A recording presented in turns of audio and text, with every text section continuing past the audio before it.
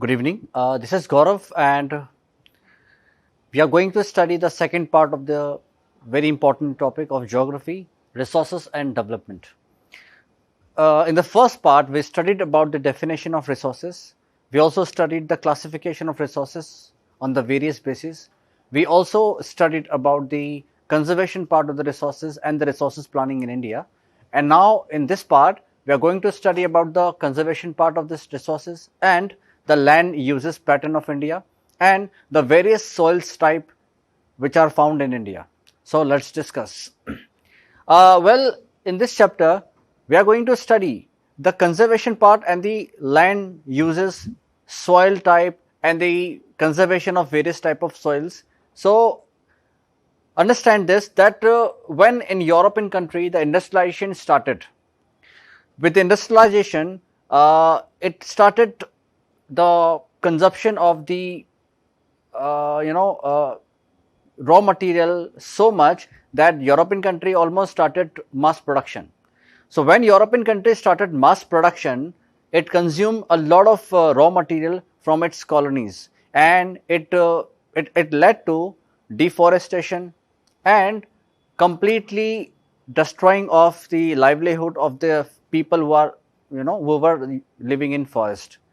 सो इस इंडस्ट्रियलाइजेशन ने हमारे नेचर का, हमारे रॉ मटेरियल का, हमारे सॉइल का, हमारे पानी का और बहुत सारी चीज़ों का बहुत नुकसान किया।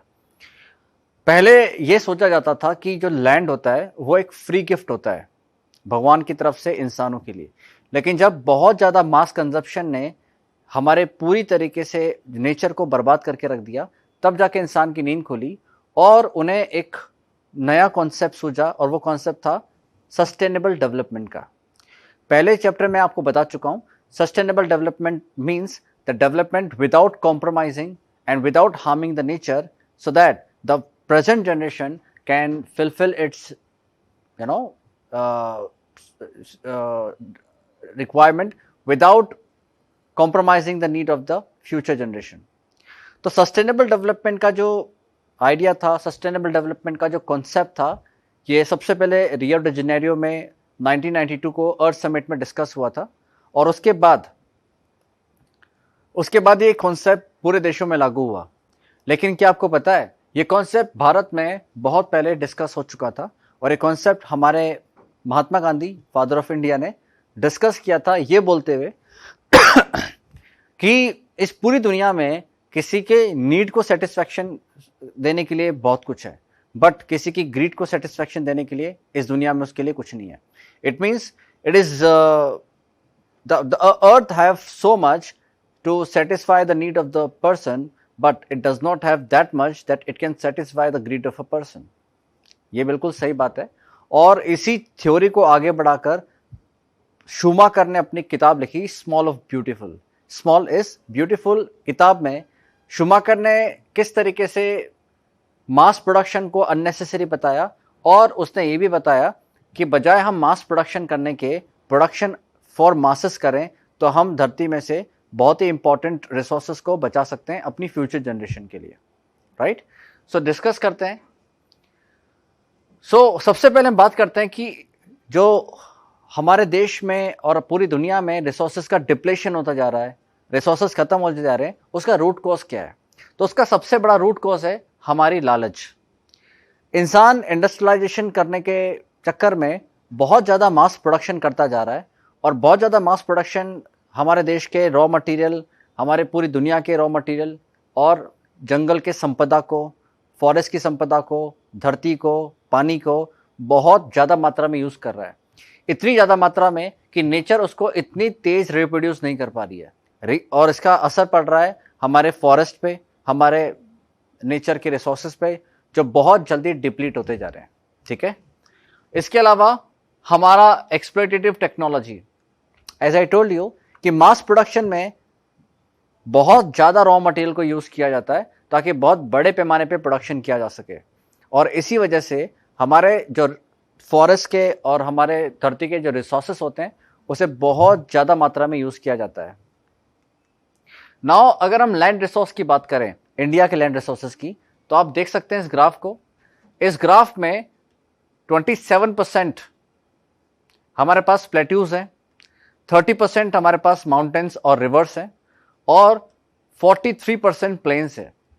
इसका मतलब है कि अगर हमें अपने देश की बढ़ती हुई जनसंख्या को खिलाना है तो हमारे पास सिर्फ कितना परसेंट लैंड है?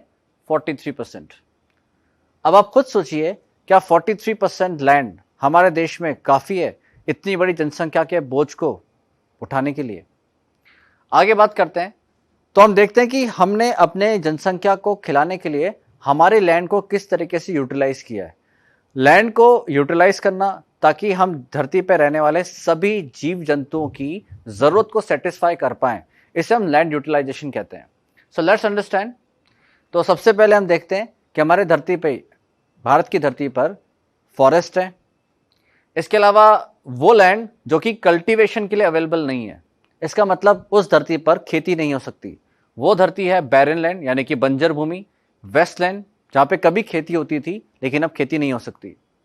इसके अलावा वो लैंड जो एग्रीकल्चर यूज के लिए नहीं ले सकते, जैसे कि बहुत सारे लैंड है जहां पे बिल्डिंग्स बनी है, सड़कें बनी है, ब्रिज बने, ओवर ब्रिज बने, क्या आप उनमें खेती कर सकते हैं? ऑफ कोर्स नहीं। नाउ इसके अलावा और कौन से लैंड है जो अनकल्टिवेबल होते हैं, जिन पे आप खेती नहीं कर सकते?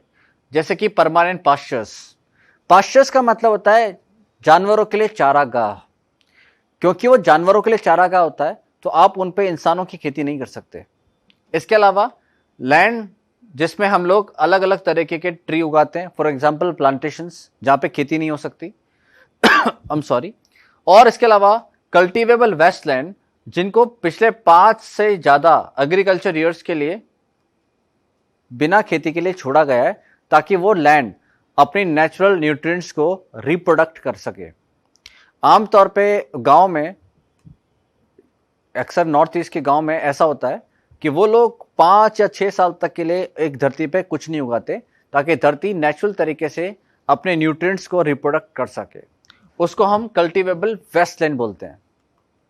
अब आते हैं फैलोलैंड की तरफ। फैलोलैंड वो लैंड होते हैं जिनको पिछले 1 साल से भी ज्यादा या 1 साल से 1 साल तक एग्रीकल्चर ईयर जो होता है, कैलेंडर होता है, उसके लिए हमने कल्टीवेट नहीं किया। अब हम बात करते हैं कि तो हमने कितने लैंड को एग्जैक्टली कल्टीवेट किया है। तो इन सबको अगर माइनस कर दिया जाए, इन सबको अगर घटा दिया जाए, तो एग्जैक्ट जो लैंड हमारे पास खेती के लिए बचता है उसको हम बोलते हैं नेट सोन एरिया। इसका मतलब अगर हमारे पास टोटल लैंड अवेलेबल है, उस टोटल लैंड में से अगर हम उस लैंड को घटा दें जिन लैंड पे हम खेती नहीं कर सकते फॉर वेराइटी ऑफ रीजंस, तो जो एग्जैक्ट लैंड का एरिया हमारे पास बचता है उसे हम नेट सोन एरिया बोलते हैं। अब हम बात करते हैं कि हमारे देश में एग्जैक्टली हमारे पास कितना एरिया है और हम उस एरिया का किस तरीके से अलग अलग यूज करते हैं। तो आप देख सकते हैं इस ग्राफ को कि हमारे जो फॉरेस्ट है वो पहले से ज्यादा बड़े हैं, पहले देखिए आप। लेकिन फॉरेस्ट बढ़ने से कुछ हासिल नहीं हुआ, क्योंकि अभी भी हमारे जो फॉरेस्ट हैं वो हमारे देश के पैरामीटर्स होते हैं, जैसे कि टोटल लैंड का एटलीस्ट 33% आपके देश में फॉरेस्ट लैंड होना चाहिए। हमारे देश में अभी भी 33% से कम फॉरेस्ट लैंड है। हालांकि हमारे देश के एग्रीकल्चर को एक्सपांड किया गया है और पास्चर लैंड भी धीरे धीरे घटे हैं। फॉरेस्ट लैंड बड़े तो हैं लेकिन अभी भी नेशनल पैरामीटर से काफी कम है। अब हम बात करते हैं हमारे देश में जो लैंड डिग्रेड हुआ है, यानी कि पहले जो लैंड कल्टीवेबल था अब वो लैंड कल्टीवेबल नहीं है, तो उसके पीछे कारण क्या है सबसे बड़ा? तो आप देखेंगे ये कुछ कारण है। इनमें से अगर आप कारण देखेंगे 56% जो लैंड के डिग्रेडेशन का कारण है वो है पानी का उस लैंड को खराब कर देना। नाउ पानी किस तरह से लैंड को खराब कर सकती है? वेल, अगर किसी खेत में आप फॉल्टी एग्रीकल्चर प्रैक्टिस कर रहे हो तो आपका पूरा लैंड खराब हो सकता है। आजकल के किसान जो होते हैं वो कुछ एग्रीकल्चर प्रैक्टिस को अब बहुत अच्छे से फॉलो करने लगे हैं thanks to the government programmes. But कई बार ऐसा होता है कि कोई किसान अगर अपने खेत को ओवर इरिगेट कर दे तो वो खेत में बहुत ज्यादा पानी जमा हो जाएगा और वो बहुत ज्यादा जमा पानी उस पूरे खेत को नुकसान पहुंचाता है। कई बार माइनिंग होती है, माइनिंग की साइट पे ब्लास्टिंग होती है। ब्लास्टिंग करने की वजह से माइनिंग जो पूरे लैंड पे गड्ढा कर देती है और उस माइनिंग के मालिक ऑनर्स उस माइन को अबंडन करके कहीं और गड्ढा करते हैं। उससे होता क्या है, जब बारिश आती है तो उस माइनिंग के गड्ढे में पानी भर जाता है और वो पूरा पानी पूरे के पूरे सॉइल को इरोड कर देता है और पूरे धरती को हमेशा के लिए बंजर बना देता है। कई बार जो सीमेंट बनाने के कारखाने होते हैं, वो सीमेंट बनाने के कारखाने चूने पत्थर को, जो वेस्ट मटेरियल होता है, उसे एज इट इज लैंड पे छोड़ देते हैं। ये चूने के पत्थर के जो पाउडर होता है, ये पूरे लैंड पे बिखर जाता है और लैंड पे जो छेद होते हैं इन्हें परमानेंट ब्लॉक कर देता है। और परमानेंट ब्लॉक करने के बाद अब जब भी बारिश होगी, बारिश का पानी उस लैंड में प्रॉपर तरीके से एब्जॉर्ब नहीं होगा और इस वजह से वो जो लैंड है उसकी फर्टिलिटी हमेशा के लिए खराब हो जाती है। कई बार बाढ़ आने की वजह से बंजर हो जाते हैं धरती। तो इस तरीके से 56% जो कारण है वो है वाटर इरोडेड। इसका मतलब पानी हमारे देश को फर्टाइल नहीं बना रहा है, इनफर्टाइल बना रहा है। ठीक है, अब बात करते हैं फॉरेस्ट डिग्रेडेड एरिया 28%। इसके अलावा हमारे धरती के अंदर नेचुरल सलाइन और अल्कलाइन पाया जाता है। इसकी वजह से वहाँ पर जो लैंड होता है वो रेगिस्तानी इलाका होता है, बंजर होता है। और इसके अलावा 10% है जो तूफान की वजह से अगर हमारे देश में जो धरती है वो सॉइल इरोड हो जाती है तो उसकी वजह से हमारा लैंड बंजर हो सकता है। तो ये कुछ कारण है। अब इसका और भी कारण हो सकता है कि जो इंसान है उसकी ग्रीड है। इंसान अपने फॉरेस्ट एरिया को कंटिन्यूसली काटता जा रहा है, माइनिंग कर रहा है, क्वेरिंग कर रहा है और इसके अलावा बहुत सारी ह्यूमन एक्टिविटीज़ हैं जो हमारे देश को बंजर देश की तरफ लेके जा रही हैं। अब हम बात करते हैं सॉइल की रिसोर्सेज की। वेल स्टूडेंट, हमारे देश के लिए सबसे इंपॉर्टेंट रिसोर्स क्या है? हमारे देश के लिए सबसे इंपॉर्टेंट रिसोर्सेज है हमारे देश की मिट्टी, क्योंकि हमारे देश एक मानसून कंट्री है, एक एग्रीकल्चर कंट्री है और इसी वजह से हमारे देश में सॉइल एक बहुत ही इंपॉर्टेंट रिसोर्स है। तो सबसे पहले हम सॉइल के पार्ट्स को पढ़ते हैं। ये आप जो ऊपर देख रहे हैं, ये पार्ट सॉइल का वो पार्ट होता है जहाँ पर एक्चुअल में किसान खेती कर सकते हैं, यानी कि यही वो पार्ट है जहाँ पर फसल उगती है, पेड़ पौधे उगते हैं और प्लांटेशन होता है। इसको हम बोलते हैं टॉप सॉइल। इसके नीचे का जो एरिया है इसको हम बोलते हैं सब सॉइल, जो कि रॉक सैंड से बनती है और सिल्ट क्ले से बनती है। इसके नीचे सब स्ट्रेटम होता है जो वेदर्ड रॉक मटेरियल से बनती है और फिर सबसे नीचे आता है पेरेंट बेड रॉक। अब अगर किसी भी कारण से ये ऊपर की जो लेयर आप देख रहे हैं, किसी भी कारण से अगर ऊपर की लेयर सपोज करो इरोड हो जाए, बह जाए, तो क्या होगा? जाहिर सी बात है, अगर ये ऊपर की लेयर बह जाती है तो ये लैंड हमेशा के लिए बंजर हो सकता है। तो अगर इस लैंड को हमें बचाना है तो हमें बहुत सारे वैरायटी के मेजर्स अडॉप्ट करने पड़ेंगे, सॉइल कंजर्वेशन टेक्निक यूज करनी पड़ेगी और हमें ट्रेनिंग प्रोग्राम देना पड़ेगा देश के किसानों को, जहां पर वो अलग अलग लैंड के हिसाब से अलग अलग मेजर अडॉप्ट कर सकें और अपनी धरती को बंजर होने से बचा सकें। बट इससे पहले कि हम उस मेजर्स को डिस्कस करें, हम पहले डिस्कस करते हैं कि हमारे देश की जो सॉइल है उसको किस तरीके से हम क्लासिफाइड कर सकते हैं। तो सबसे पहले बात करते हैं जो हमारे देश में सबसे ज्यादा मिट्टी है, उस मिट्टी का नाम है अलुवियल सॉइल। ये देख रहे हैं आप, ये अलुवियल सॉइल हमारे देश में लगभग 42% है, यानी कि सबसे ज्यादा। ये कहां पाई जाती है? वेल, अलुवियल सॉइल हमारे देश के उन इलाके में पाई जाती है जिन्हें हम नॉर्दर्न प्लेन कहते हैं, उत्तरी मैदानी इलाके। ये उत्तरी मैदानी इलाके 3 तरह की रिवर सिस्टम के द्वारा सींचे जाते हैं, right? So this northern plain is irrigated by 3 main river system, mainly Indus river, Ganga river and Brahmaputra river. तो इस 3 रिवर सिस्टम से जो भी मैदानी इलाका भारत में सींचा जाता है, उन सभी मैदानी इलाके में अलुवियल सॉइल पाई जाती है। आप ध्यान से देखें इसको, ये alluvial soil is a deposition of 3 river system, Ganga, Indus and Brahmaputra. याद रखिए, ये अलुवियल सॉइल का जो इलाका है भारत का, जिसे हम यूपी, बिहार, पंजाब, हिमाचल प्रदेश, हरियाणा, कुछ part of Rajasthan and Madhya Pradesh, ये इलाका हमारे देश का सबसे उपजाऊ इलाका है। इस इलाके में जितनी फसल होती है वो इतनी ज्यादा होती है कि पूरे देश को आराम से खिला सकती है। और इसमें मुख्यतः जो होने वाली फसल है वो है गेहूं, गन्ना, चावल, इसके अलावा बहुत सारी कमर्शियल क्रॉप्स भी यहाँ पे होती है। इस मिट्टी की खास बात है कि ये मिट्टी फर्टाइल होने के साथ साथ पोटाश रिच है, यानी इसमें पोटाश की मात्रा बहुत ज़्यादा होती है, फॉस्फोरिक एसिड की मात्रा बहुत ज़्यादा होती है और लाइम की मात्रा बहुत ज़्यादा होती है। ये मिट्टी एज आई टोल्ड यू गन्ने के लिए, गेहूं के लिए और चावल के लिए बहुत अच्छी मिट्टी है। अब आप ध्यान से देखिए इस मिट्टी के जो क्षेत्र है, ये हिमालयन रीजन से जब नीचे उतरते हैं तो कुछ बड़े पत्थरों का इलाका आता है। इस बड़े पत्थर के इलाकों को हम बोलते हैं भाबर, जो कि नदर्न प्लेन का इलाका है। इस भाबर के बाद एक कीचड़ से भरा हुआ इलाका आता है जिसको हम बोलते हैं तराई। इस भाबर के बड़े पत्थरों के मैदाने से जो ऊपर रिवर बहती है, वो रिवर इस बड़े पत्थरों के इलाके में गायब हो जाती है। फिर इस रिवर को वापस से रीजनरेट किया जाता है तराई इलाके में। उसके बाद ये रिवर सिल्ट को लेकर आगे बढ़ती है और आगे जाते साफ पानी के साथ साथ मिट्टी, जो नई मिट्टी है, उसे जमा देती है। ये नई मिट्टी काफी फर्टाइल होती है और इस नई एलुवियल सॉइल को बोलते हैं खादड़। धीरे धीरे ये मिट्टी पीछे की तरफ शिफ्ट हो जाती है और इस मिट्टी में पानी की मात्रा कम होती जाती है और उसी के साथ इसकी फर्टिलिटी भी कम होती जाती है और ये बन जाती है ओल्ड एलुवियल सॉइल। इस ओल्ड एलुवियल सॉइल को हम बोलते हैं बांगड़। तो ये जो पूरा इलाका है भाबर से लेकर बांगड़ तक, इस पूरे इलाके को हम बोलते हैं द नदर्न प्लेन, जहां पे न्यू एलुवियल सॉइल पाई जाती है। नेक्स्ट, तो ये देखिए, ये जो मेरा पॉइंटर है ये इलाका दिखा रहा है नदर्न एलुवियल सॉइल के इलाके को। ऑलराइट,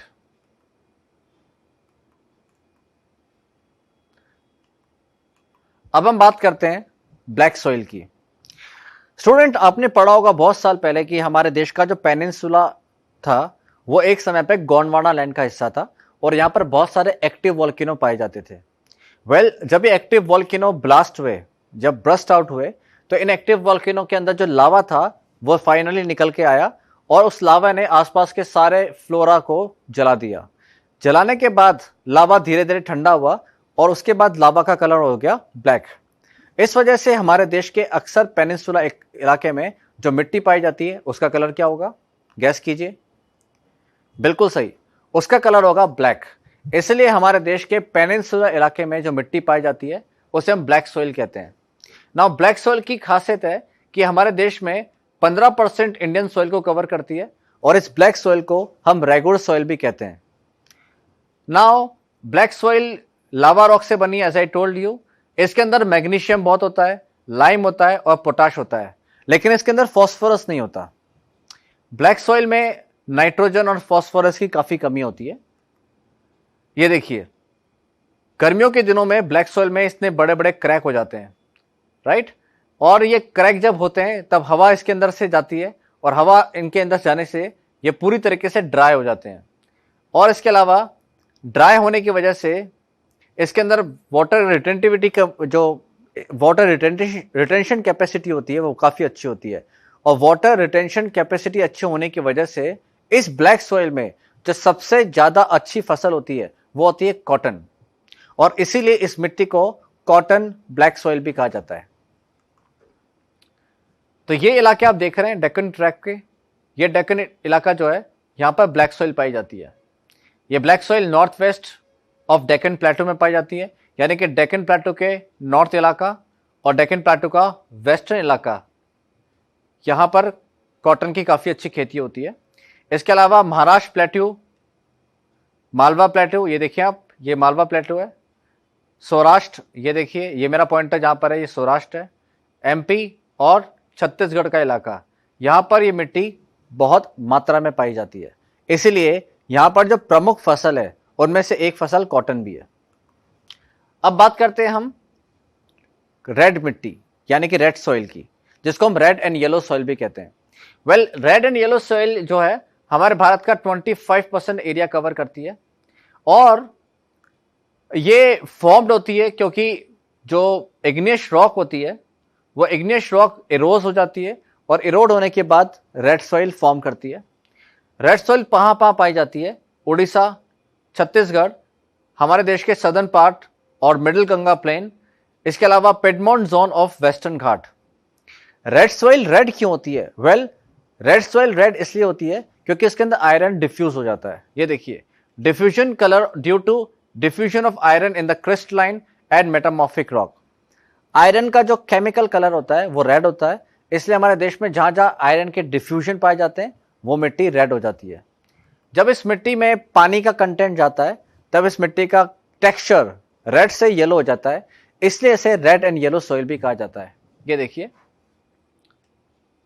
तो भारत में ये जो इलाके हैं यानी कि पेनिनसुला प्लेटू के बिल्कुल ईस्टर्न और नदर्न इलाका जो है, यहां पर रेड सॉइल पाई जाती है।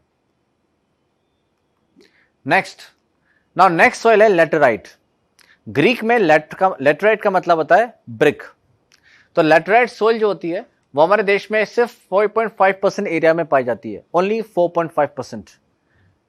ये वहां पे पाई जाती है, देखिए आप ध्यान से, ये वो इलाके हैं भारत में जहां सबसे ज्यादा रेनफॉल होती है, और ये वो इलाके हैं भारत में जहां पे सनलाइट जो होती है वो स्ट्रेट पड़ती है, डायरेक्ट। तो वो इलाके जो हाईएस्ट रेनफॉल रिसीव करते हैं और स्ट्रेट सनरेज को भी रिसीव करते हैं, उन सभी इलाकों में लेटराइट सॉइल पाई जाती है। लेटराइट सॉइल, इसमें लीचिंग होती है क्योंकि ये बहुत भारी वर्षा वाले इलाके में पाई जाती है। इसके अंदर लो ऑर्गेनिक और डिकम्पोजर एक्टिविटी भी होती है। और लेटराइट सॉइल पाए जाने वाले जो मेन स्टेट्स हैं वो हैं Karnataka, Kerala, Tamil Nadu, Madhya Pradesh and the hilly areas of Orissa and Assam. Laterite soil में एक खास बात होती है that it has the leaching of silica iron remain in the top layer, and इसका एसिडिक सॉइल होता है, इसका एसिडिक कंटेंट काफी ज्यादा होता है, इसका पीएच लेवल 6 होता है और ये बहुत जल्दी इरोड हो सकती है। लेटराइट सॉइल की खास बात होती है कि इसका इरोजन बहुत जल्दी होता है, ठीक है, ऑलराइट। और इसी वजह से इसके अंदर कुछ स्पेशल क्रॉप्स उगती है, जैसे कि काजू की खेती, नट्स की खेती, चाय और कॉफी के अक्सर बागान यहीं पे पाए जाते हैं, राइट। अब हम आगे बढ़ते हैं, आगे आते हैं एरिड सॉइल। एरिड सॉइल वो सॉइल होती है जिसके अंदर बालू रेत की कंटेंट काफी ज्यादा होता है, इसका कंकड़ काफी मोटा होता है, और क्योंकि इसके अंदर एल्कलाइन और सेलाइन का कंटेंट बहुत ज्यादा होता है, इसीलिए ये जो एरिड सॉइल होती है ये बहुत ज्यादा इनफर्टाइल होती है, फर्टाइल नहीं होती है, ठीक है। तो इसके अंदर आई एम सॉरी, सेलाइन का कंटेंट काफी ज्यादा होता है, इसके अंदर ना ह्यूमस होता है ना मॉइस्चर, और ये वहां पाया जाता है जहां पर बहुत ज्यादा हाई टेम्परेचर होता है। गैस कीजिए, हमारे देश में सबसे ज्यादा हाई टेम्परेचर कौन से स्टेट्स का होता है? राजस्थान और वेस्टर्न गुजरात। ये कंकड़ के कंटेंट बहुत ज्यादा लिए हुए होती है और इसके अंदर कैल्शियम कंटेंट काफी ज्यादा होता है, इसी वजह से ये पानी को अंदर नहीं जाने देती है।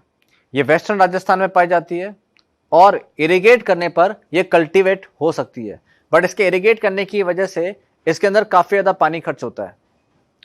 अब हम आते हैं हमारे देश में जंगलों के अंदर पाई जाने वाली मिट्टी, फॉरेस्ट सॉइल। फॉरेस्ट सॉइल हमारे देश में हिली एरिया में पाई जाती है और माउंटेनस इलाके में पाई जाती है। This soil is loamy and silty, this soil has cores grand, and this soil also found in part of Himalaya where denudation take place because it has a lot of denudation activity. So it has denudation acidic with a low humus content. It is fertile, but ये fertile तब होती है जब आप terrace farming करते हो, काउंटाओ farming करते हो। अब हम बात करते हैं मेरे टॉपिक पे, जिसके बारे में आपसे बोला था मैंने कि मैं लास्ट में डिस्कस करूंगा, और वो टॉपिक है सॉइल इरोजन। तो सॉइल इरोजन का मतलब क्या होता है? एज आई टोल्ड यू कि सॉइल की जो टॉप लेयर होती है, अगर वो किसी भी वजह से इरोड हो जाती है, बह जाती है, तो उसे सॉइल इरोजन कहा जाता है। तो denudation of the soil cover and subsequent washing down is describe as a soil erosion. आप देखिए इसको, अगर आप इस पिक्चर को ध्यान से देख रहे हैं तो इस पिक्चर में आप कटाव देख सकते हैं मिट्टी का। इसी मिट्टी के कटाव को हम सॉइल इरोजन कहते हैं। कुछ फैक्टर हैं जो सॉइल इरोजन के लिए बहुत ज्यादा जिम्मेदार है। इनमें से नेचुरल फैक्टर है वाटर एंड विंड, यानी कि अगर वाटर और विंड बहुत ज्यादा तेज गति से चल रही हैं तो वो धरती की टॉप लेयर को उखाड़ के ले जा सकती है।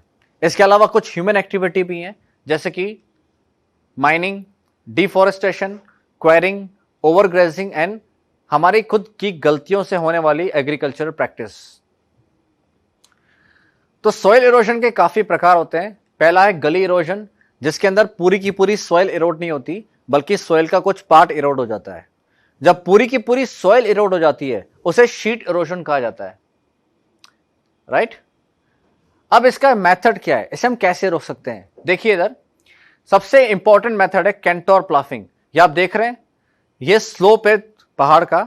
अगर इस पहाड़ के स्लोप में सीधे पानी बह जाता है तो इस पहाड़ में जितनी भी मिट्टी है वो भी उस पानी के साथ बह जाएगी।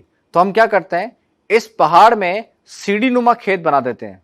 इस सीढ़ी नुमा खेत बनाने से क्या होता है कि जब बारिश का पानी इस मिट्टी पे पड़ता है तो वो बह के नहीं जाता, स्लोप की वजह से वो सारा के सारा पानी मिट्टी में अंदर एब्जॉर्ब हो जाता है। ये देखिए, इसे कैंटोर कहते हैं, यानी कि सीढ़ी नुमा खेत। आगे बढ़ते हैं। ये देखिए, ये पहाड़ को किस तरह से इंसानों ने सीढ़ी नुमा काटने के बाद उस पर खेती करना शुरू कर दिया।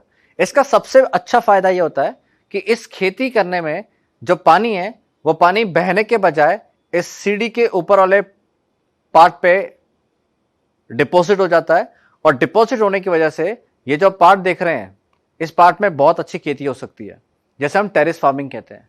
ये बहुत अच्छा तरीका है पहाड़ों में मिट्टी के कटाव को रोकने का। नेक्स्ट है स्ट्रिप फार्मिंग।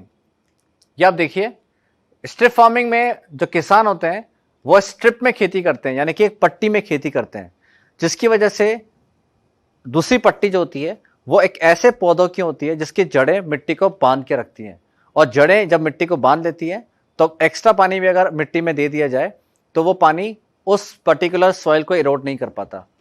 यह है मल्चिंग।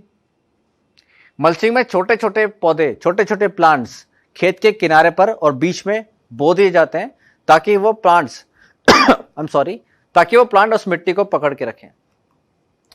देखिए, यह बहुत अच्छा तरीका है सॉइल को इरोड होने से बचाने का। इसको हम बोलते हैं शेल्टर बेल्ट। अगर आप इसको ध्यान से देख पा रहे हैं तो ये पूरा मैदान है, और इस मैदान में पेड़ों की कतारें हैं कोने पे और बीच में। इन पेड़ों के कतारों को हम शेल्टर बेल्ट कहते हैं। इन पेड़ों की कतारों का सबसे इंपॉर्टेंट काम यह होता है कि जब बाढ़ आती है या एक्स्ट्रा पानी को इरिगेट कर दिया जाता है खेतों में, तो ये एक्स्ट्रा पानी को एब्जॉर्ब करके बाढ़ को, सॉइल को इरोड होने से बचा लेते हैं। ये देखिए, ये रेगिस्तानी इलाके में होने वाला शेल्टर बेल्ट है। इसका फायदा सबसे अच्छा ये है कि ये शेल्टर बेल्ट यहां पर होने से रेगिस्तान का एक्सपांशन नहीं हो पाता। अगर आप रेगिस्तान की मिट्टी को एक्सपांड होने से रोकना चाहते हैं, क्योंकि रेगिस्तान की मिट्टी कभी भी टिक के नहीं रहती, आज वो यहां पर है तो वो हवा के डायरेक्शन से कल को कहीं और भी हो सकती है, और इससे रेगिस्तान एक्सपांड हो जाता है। तो अगर आपको रेगिस्तानी मिट्टी को एक्सपांड होने से बचाना है तो उसको आपको ठहराव लाना पड़ेगा, और वो ठहराव आता है शेल्टर बेल्ट से। तो शेल्टर बेल्ट उस मिट्टी को ठहराव देती है, और ठहराव देने की वजह से वो मिट्टी वहीं पे रह जाती है, आगे नहीं बढ़ पाती। इसके अलावा अगर उस मिट्टी को बहने से बचाना है तो पुराने जमाने में मिट्टी में बारीक बारीक पत्थरों की सीढ़ी नुमा आकृति तैयार कर देते थे, यानी कि दीवार बना देते थे, जिसको स्टोन पिचिंग कहते हैं। स्टोन पिचिंग से इस मिट्टी में ठहराव आ जाता है और ये मिट्टी बारिश के साथ बहती नहीं है। इसके अलावा अगर इस मिट्टी को कंप्लीटली बहने से बचाना है, जो चट्टान के रूप में सड़कों पे गिर जाती है, तो कई बार अगर आपने वेस्टर्न घाट में मुंबई पुणे एक्सप्रेस में सफर किया हो तो आप देख सकते हैं कि वहां पहाड़ों पर वायर से नेटिंग कर देते हैं। ये वायर नेटिंग से क्या होता है, पहाड़ टूटकर हाईवेज पे नहीं गिरते, वो पहाड़ अपनी जगह पर रहते हैं। इससे भी सॉइल और स्टोन इरोड होने से बचाया जा सकता है। तो well student, these are the techniques of the soil conservation, soil erosion. और now the time has come for all us human beings to collectively work for the soil conservation, resources conservation, so that we can togetherly achieve a common program, that is sustainable development, so that we can satisfy our need and we should not compromise the need of our future generation. So ये and था हमारे lecture 2 का, जिसका नाम था resources and development. Thanks a lot.